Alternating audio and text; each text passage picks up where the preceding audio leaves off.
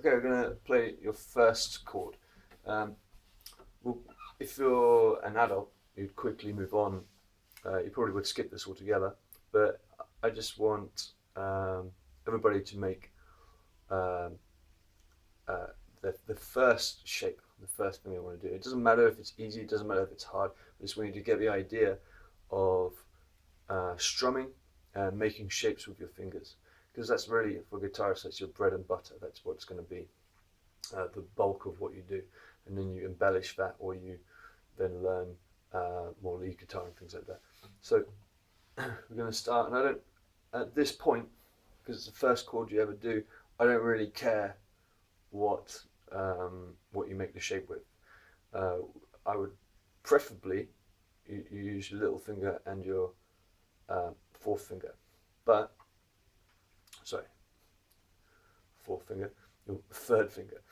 So you use the third and fourth fingers. So you make this shape on the third fret, so you count from the nut, as we discussed. The nut is this piece here. Then you have the first fret, second fret, third fret. So you want your fingers to be in the third fret, we say, but that is behind the third fret, the actual fret itself. So in this space here, so that the string is shortened to that fret. That's why we say it's in that fret. So when I push the string down at this point here, both of these strings at the top here, remember this is the top, both of these strings are shortened to this point here if I push down hard enough. And I can use these two fingers, I can use these two fingers, I can use these two fingers, I can use one finger and bar it across like that if I want. But let's get real close so you can see. It doesn't really matter which finger you use, but I'm going to use my little finger on the first string. So this is the top, it's also called the first string. In the third fret, 1, 2, 3, I'm going to put my little finger there, and on the second string and in the third fret, so 1, 2, 3, that's where I'm going to put my third finger.